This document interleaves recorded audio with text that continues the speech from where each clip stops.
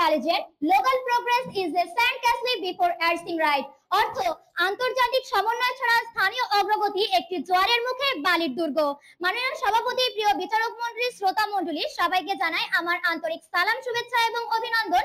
আসসালামু আলাইকুম।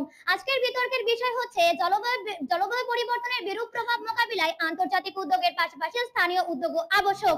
সংগতি কারণ এবং বাস্তব প্রেক্ষাপটের উপর ভিত্তি করে আমি এবং আমার দল এর বিপক্ষে অবস্থান করছি। মাননীয় moderator, too many cooks spoil the boat. জলবায়ু পরিবর্তন কোনো সীমানা মানে না, তার না আছে পাসপোর্ট, না আছে ভিসা। এই উক্তিটি আমার প্রতিপক্ষ দল বলে গেল, কিন্তু তারা হয়তো বুঝতে ভুল করেছে এটা আমাদের পক্ষকে নির্দেশ করে, তো তাদের আরো ভালোভাবে প্রশ্নটা করা উচিত ছিল। মাননীয় মডারেটর, তারা যে এটাকে স্থানীয়ভাবে সমাধান করার চেষ্টা করছে, কিন্তু এটা শুধুমাত্র আন্তর্জাতিক প্ল্যাটফর্মে সমাধান হওয়া উচিত, কারণ এটি কোনো গলি, গ্রাম বা এলাকার নিজস্ব কোনো সমস্যা নয়। মাননীয় মডারেটর, আমরা জানি থিঙ্ক গ্লোবালি অ্যাক্ট লোকালি, কিন্তু আমি বলছি থিঙ্ক গ্লোবালি অ্যাক্ট উইশলি। মাননীয় মডারেটর, স্থানীয় উদ্যোগ মানে কি? ছোট দল, সীমিত বাজেট, সীমিত প্রযুক্তি। বিপক্ষ দলের ভাষ্য অনুযায়ী এসব দ্বারা তারা হিমালয়ের হিমগলা আর মালদ্বীপ ডুবে যাওয়ার হাত থেকে রক্ষা করবে। এটা আসলে হাস্যকর শোনায়। মাননীয় মডারেটর, বাতাসের গ্রিনহাউস গ্যাস কোনো জাতি পরিচয় মানে না, না সেটা ঢাকার, না সেটা ব্রাজিলের, না সেটা নিউ ইয়র্কের। তো মাননীয় মডারেটর, এটা সবার সমন্বিত একটা সমস্যা। মাননীয় মডারেটর, যখন অ্যামাজন দ্বীপ জ্বলছে, যখন প্যাসিফিক দ্বীপ ডুবছে, তখন আমার প্রতিপক্ষ দল কিভাবে গ্রাম বা ইউনিয়নের ছোট একটা জলবায়ু পরিবর্তন বিষয়ক সমাবেশ কিংবা প্লাস্টিক ক্যাম্পেইন করে নিশ্চিত দিচ্ছে যে মানুষ সচেতন হচ্ছে, মানুষ জলবায়ু পরিবর্তনের ক্ষেত্রে অবদান রাখছে? এই সব ধ্যান ধারণা নিমজ্জিত থাকায় আমার প্রতিপক্ষ দলকে আমি একটি প্রশ্ন করতে চাই, যখন অ্যামাজন জঙ্গল কেটে ফেলা হচ্ছে ব্রাজিলে, তখন তার প্রভাব পড়ছে বাংলাদেশে, তাহলে আমার প্রতিপক্ষ দলকে বলবেন বাংলাদেশের জনগণ ব্রাজিলে গিয়ে স্থানীয় উদ্যোগের মাধ্যমে ব্রাজিলের বন রক্ষা করবে? উত্তর দিয়ে যাবেন।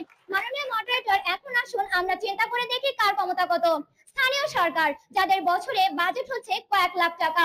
মাননীয় মডারেটর, এত বড় সমস্যা সমাধানের জন্য এই ছোট বাজেট কি কাজে লাগবে? মাননীয় মডারেটর, আশ্চর্য একটা বিষয়, যেখানে একটা মাঝারি সাইজের সোলার গ্রিড স্থাপন করতে $5 মিলিয়ন প্রয়োজন, সেখানে তারা এত ছোট বাজেট কিভাবে কাজে লাগাবে? মাননীয় মডারেটর, যেখানে স্থানীয় সরকার নিজের এলাকার রাস্তাঘাটে ঠিকঠাক ভাবে রক্ষণাবেক্ষণ করতে পারে না, দুর্যোগকালীন সময়ে যখন তারা নিজেদের এলাকার লোককে আশ্রয় দিতে পারে না ঠিকঠাক মতো, সেখানে তারা জলবায়ু পরিবর্তন বিষয়ের মতো এত বড় একটা সমস্যা কিভাবে একা সমাধান করবে? মাননীয় মডারেটর, আমি বুঝতে পারছি না। তারা ঘোড়া ডিঙিয়ে ঘাস খেতে যাওয়ার যে কি পরিণতি, সেটা অনুলোকন করেও অনুধাবন করতে পারছে না যে আসলে আন্তর্জাতিক উদ্যোগের প্রয়োজনীয়তা ঠিক কতটুকু। মাননীয় মডারেটর, আইপিসিসি এর রিপোর্ট বলছে বিশ্বের মোট 65% কার্বন নিঃসরণ হয় 10টি উন্নত দেশ থেকে। তার মানে উন্নত দেশগুলো যদি একত্রিত না হয়, তাহলে সেক্ষেত্রে আমাদের এখানে সফলতা আসবে না।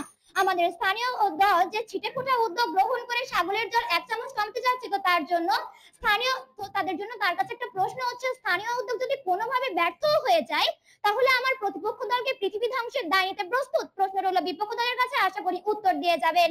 মাননীয় মডারেটর, কয়েকটা কার্যকর উক্তি বলা যায়, যেমন COP24 2018 সালে পৃথিবীর একটা প্রতিকৃতি তৈরি করে তাতে আগুন লাগিয়ে দেখিয়েছিলেন যে ভবিষ্যৎ পৃথিবী এমন হতে পারে।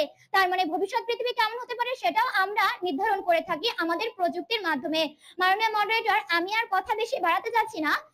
বহু উন্নতশীল দেশগুলো জলবায়ু অভিযোজন পুনর্ব্যবহারযোগ্য জ্বালানিতে অর্থ নেই, আন্তর্জাতিক সংস্থা তাদের সাহায্য সহযোগিতা করে। তাহলে বোঝাই যাচ্ছে মাননীয় মডারেটর, এখানে স্থানীয় উদ্যোগ চলবে, কিন্তু সেটা শুধুমাত্র আমরা যদি জ্বালানি দেই। মাননীয় মডারেটর, বাংলাদেশের কথা আছে, তারা এত করে বললো বাংলাদেশের আন্তর্জাতিক সহযোগিতায় গ্রহণ করার আমরা উদাহরণ দেখতে পাই। বাংলাদেশের ঘূর্ণিঝড়ে আশ্রয় কেন্দ্র তৈরি করেছে শুধুমাত্র আন্তর্জাতিক সহযোগিতার মাধ্যমে। মাননীয় মডারেটর, আমি একটা প্রশ্ন করতে চাই যে আমাদের প্রতিপক্ষ দল যদি এতই নিজেদেরকে তার মানে সম্পূর্ণ মনে করে, তাহলে কেন কিরিবতী, টঙ্গালু, মালদ্বীপ আজ আন্তর্জাতিক ফোরামের সাহায্যের জন্য আবেদন করছে? তারা কি নিজের দেশ সম্পর্কে আপনাদের চেয়ে কম জানে? প্রশ্ন রইল বিপক্ষ দলের কাছে, আশা করি উত্তর দিয়ে যাবেন। ধন্যবাদ মাননীয় মডারেটর, ধন্যবাদ সবাইকে।